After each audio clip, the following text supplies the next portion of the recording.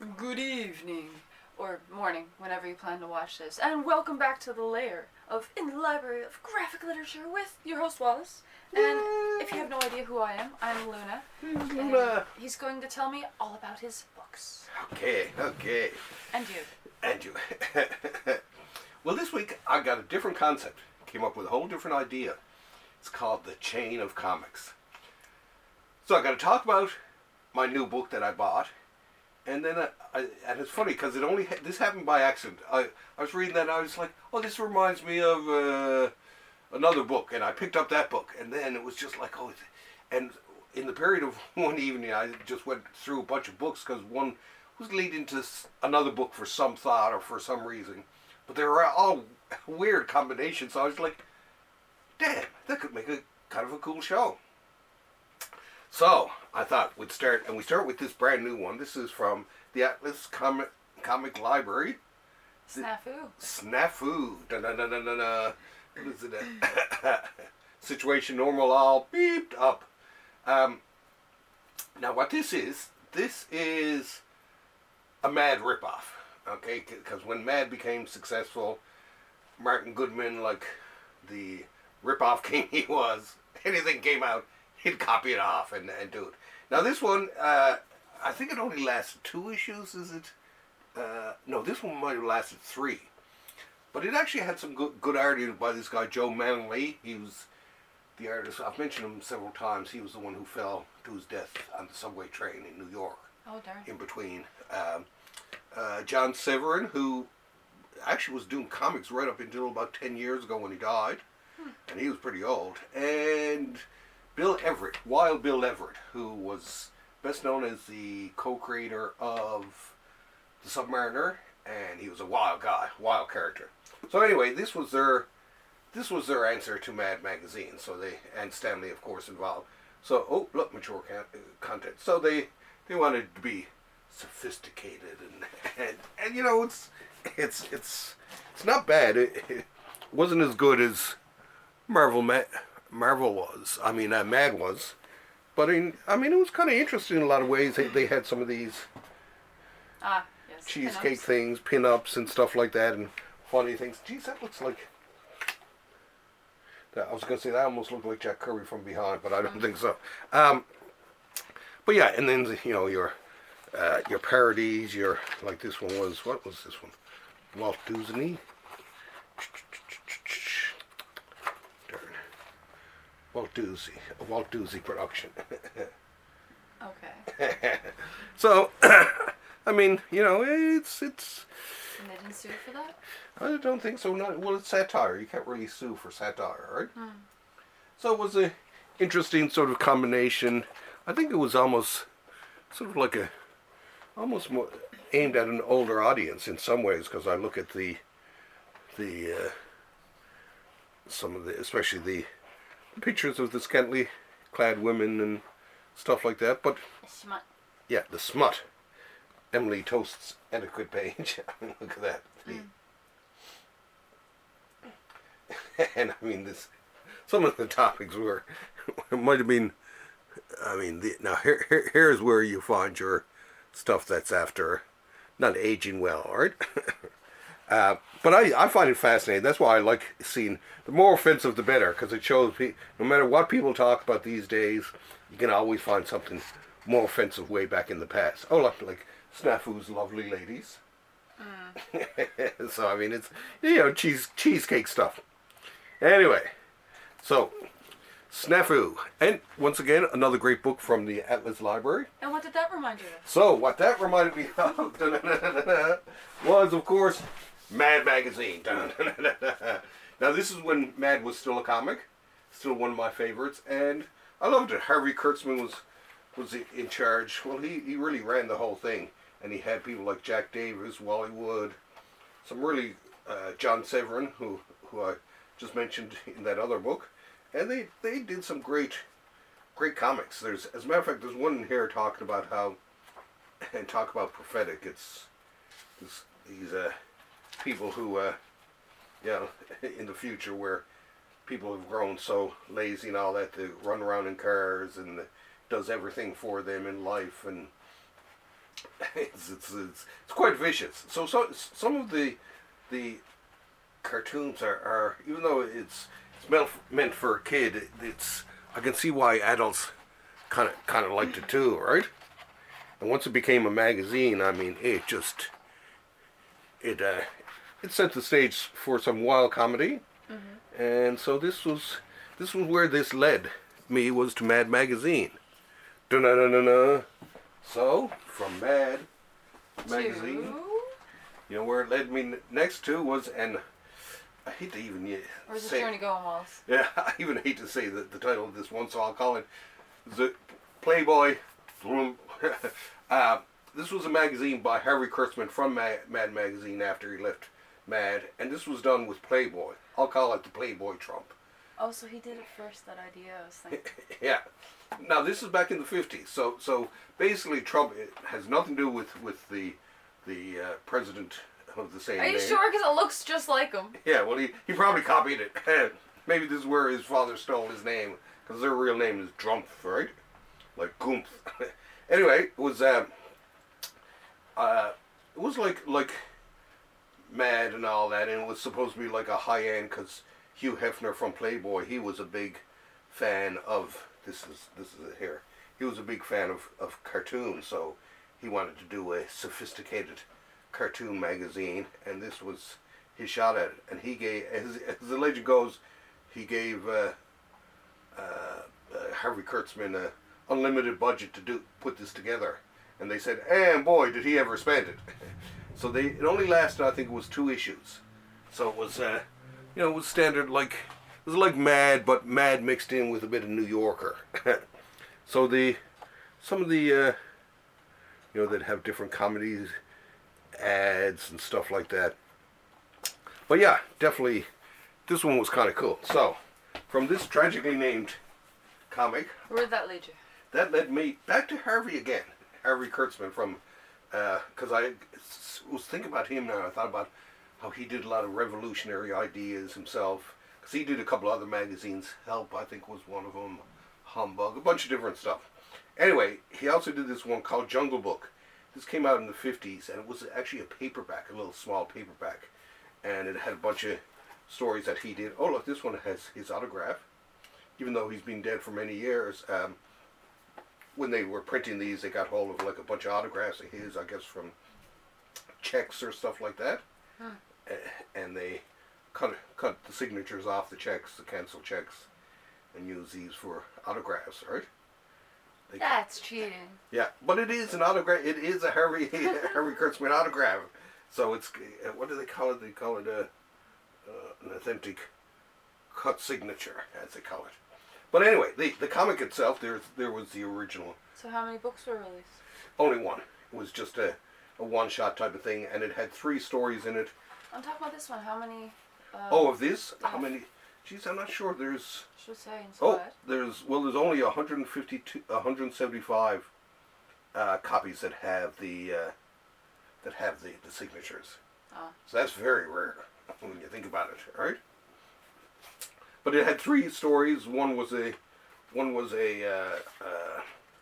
detective type of story. The Thelonious Violence. And it's kind of neat. It has kind of a jazzy 50s feel to it, right? I liked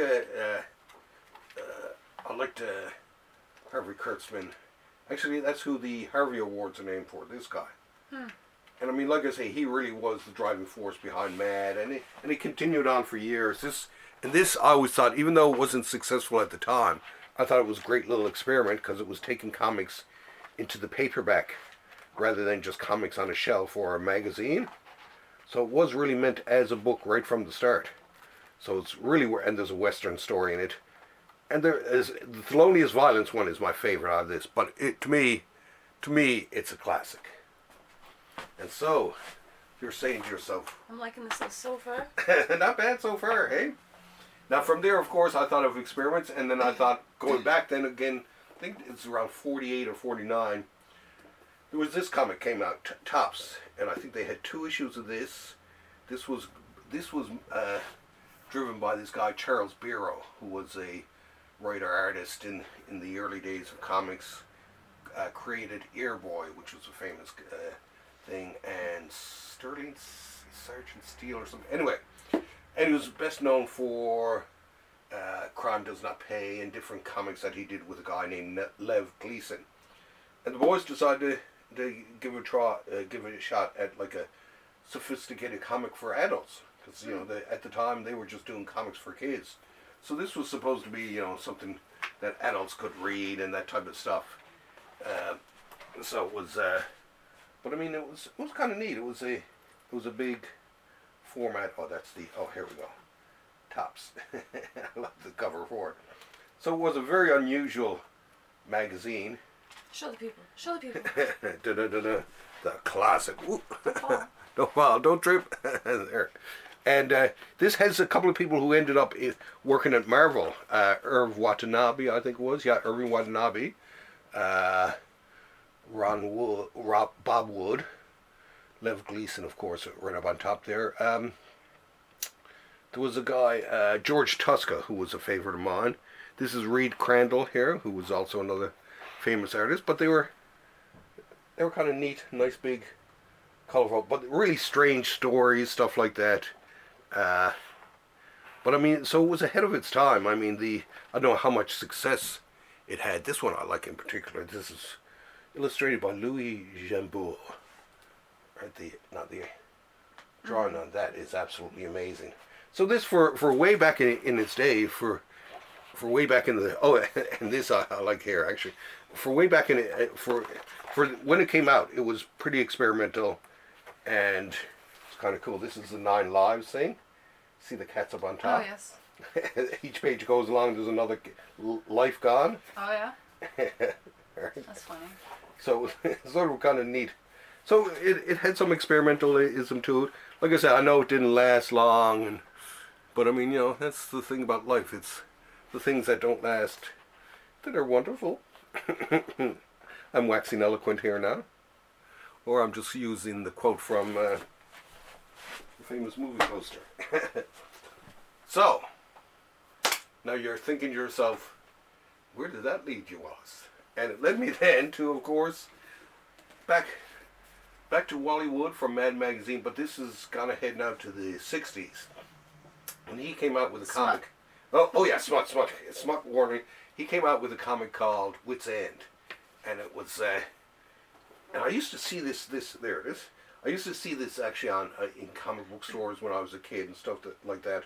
Never did pick it up, but, and he had a bunch of other artists, Ralph Reese, this one I think was Al Williamson, a bunch of different artists, stuff like that. Oh wait, go back. That was a nice picture.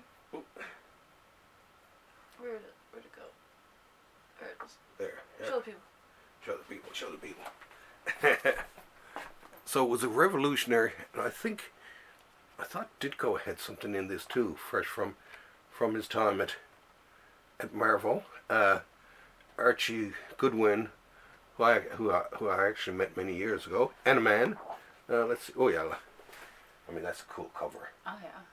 So it was an interesting mag, and it was ahead of its time. I mean, it was in the 60s, and I mean it was, and something from Harvey Kurtzman, as a matter of fact. Kurtzman's really ruling the roost here today. But yeah, it was. I mean, it really did lead the way in my mind for a lot of the independent comics of the 70s and then into the 80s, which was like independent heaven. Oh yeah, look, there's Steve Ditko there. I think this was Mr. A, I think it was his infamous comic strip. Yeah, Mr. A. Ta-na-na-na. And then Mr. A was unforgiving. Ta-na-na-na-na. Anyway, cool. Once again, another very cool comic magazine. So, of course, it made me think then of comic magazines. Ta-na-na-na. And we can't have any show whatsoever without some mention of Jack Kirby, of course. And in the 70s, he came out. Now, these are the covers for the 2 magazines. There's 2 magazines in each of these, because they only printed one of each of them, but they did have the artwork done for the rest of them, so they actually do print them. These do have the 2 issues of each of them that actually came out. There was a couple other comics they did that I have in other forms. But this was Spirit World. I actually had these magazines. I should get back out there and find them again. Kind of looks like a clown face. It's kind of cool, isn't it? Right? Let them see that. In the days of the mob. Bum, bum, bum, bum, bum.